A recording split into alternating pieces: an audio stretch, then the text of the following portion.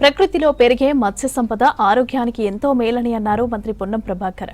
చేప పిల్లలు, రొయ్యలు ఉపాధి అవకాశాలు మెరుగుపరచడానికి ఉపయోగపడతాయన్నారు. రాజీవ్ రహదారి మెయిన్ రోడ్డుపై ఫిష్ మార్కెట్ పెట్టాలని ప్రతిపాదనలు చేశానన్నారు. ఇక సిద్దిపేట జిల్లా కోహెడ మండలం శనికరం చెరువులో రొయ్య పిల్లలను విడుదల చేశారు మంత్రి పొన్నం ప్రభాకర్.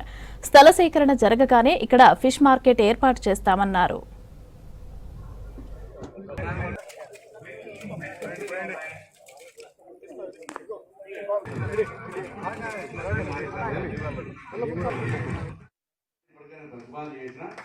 రోడ్డు మీద అన్నట్టయితే మొత్తం కరీంనగర్ నుంచి వచ్చేటోళ్ళు పోయేటోళ్ళు, గోదావరి నుంచి వచ్చేటోళ్ళు పోయేటోళ్ళు, మంచిర్యాలకి వచ్చేటోళ్ళు పోయేటోళ్ళకు శనిగారం చెరువు చేపలంటే బాగుంటాయి అనేటువంటి ఒక మార్కెట్ ఈ మండలమే కాదు, పక్కనటువంటి అటు చిన్న కోటలు కావచ్చు, బిడ్డకి కావచ్చు, అందరూ వచ్చి అమ్ముకునేంత పెద్దగా మార్కెట్ కట్టినట్టయితే మార్కెట్ లో కొంత రూపాయి ఎక్కువ దొరుకుతుంది. మనకు కూడా పబ్లిక్ కూడా కన్వీనియంట్ గా రోడ్డు మీద వచ్చి పోయడానికి అవకాశం ఉంటుందని నేను ఇప్పటికే జిల్లా కలెక్టర్ గారు లేఖ రాసిన.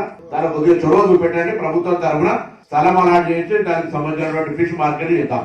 మత్స్య సంపదకు సంబంధించి, బీసీలకు సంబంధించి ఉపాధి కలిగేటువంటి ప్రతి అవకాశంలో లాభం చేయాలనే తలంపుతోటే ఉంది. తప్పకుండా ఆ దిశలో ప్రభుత్వ కార్యాచరణ ఉంటుంది.